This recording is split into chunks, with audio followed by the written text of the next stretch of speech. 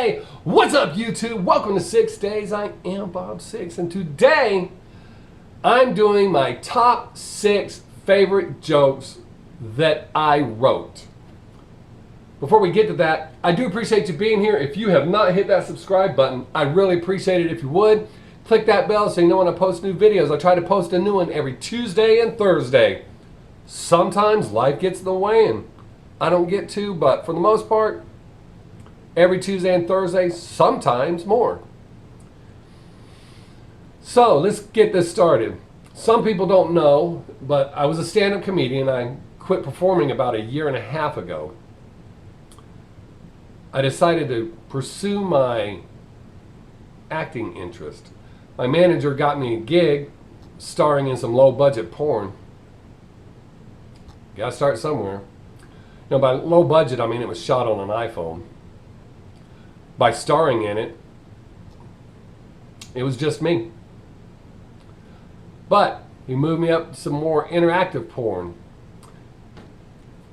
I have to use a non-PC term. And the reason is, if I use the PC term, the first thought that jumps to your mind could be the wrong one, and that could be detrimental to me. So I want to make sure there's no confusion. I moved up from my starring role in my low-budget porns to midget porn. See, when I say midget, you have no misconception about what I'm talking about. The way he taught me into doing that is, he said, well, just think about it.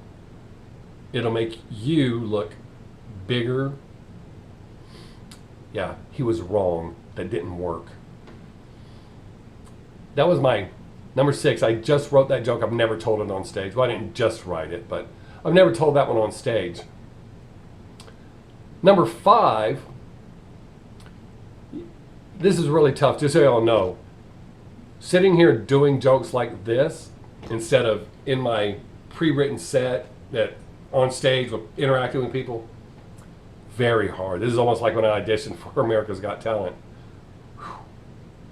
But number 5, when I was growing up, my parents always told me that life is how you see it. You know, if you look for the positive, you'll have positive experiences. You'll be a lot happier.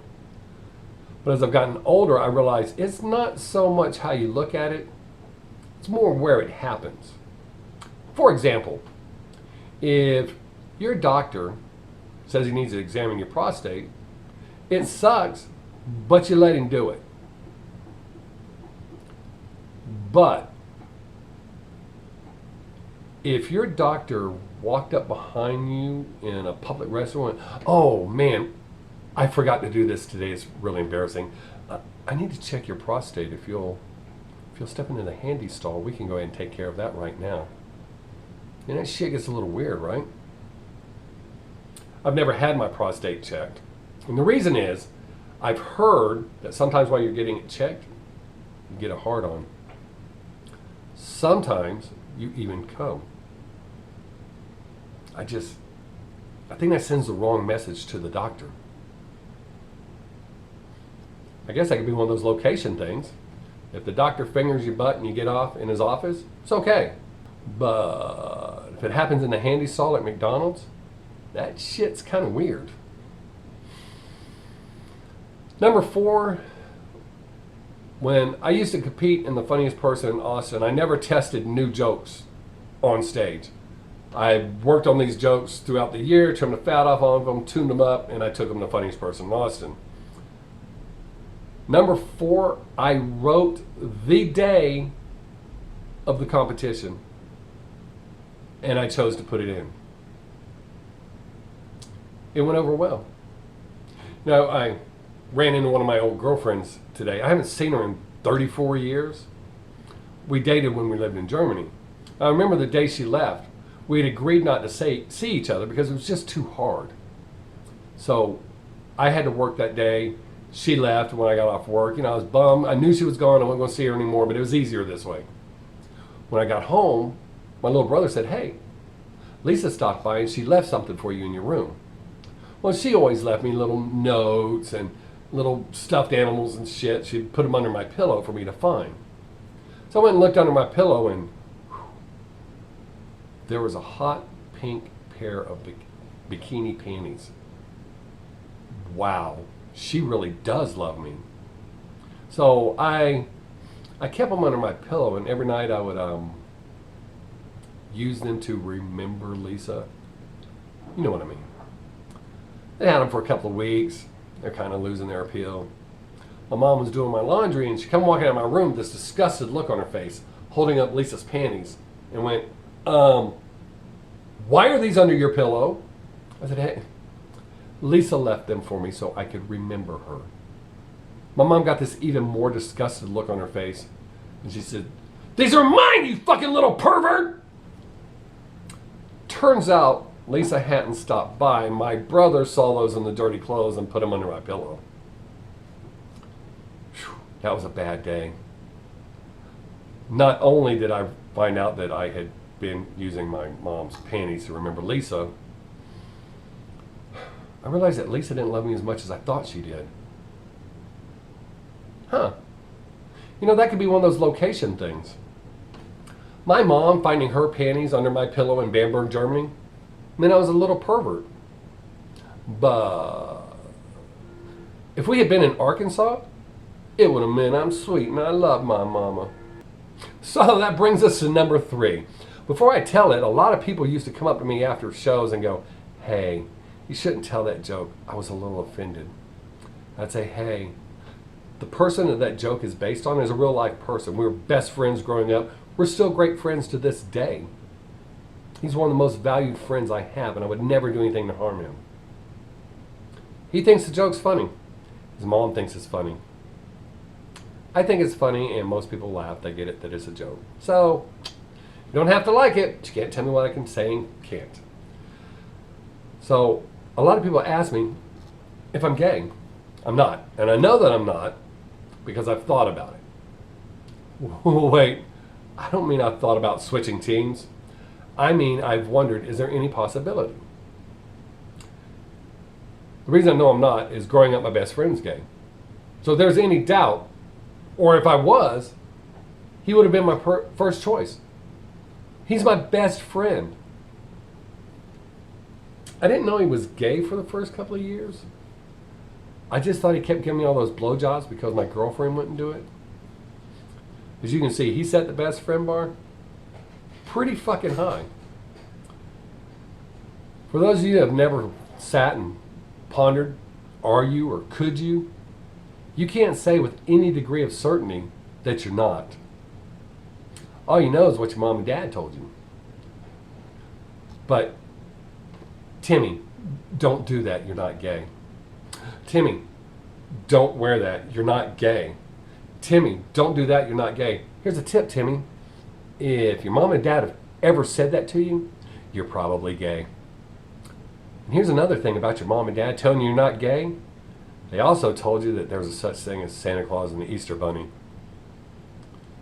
So you're choosing to believe you're not gay? Your secret's safe with me, buddy. Number 2, when I wrote this joke, it got good reception. And after a couple of years of telling it, I quit telling it. It still was getting laughs. So I quit telling it for about a year.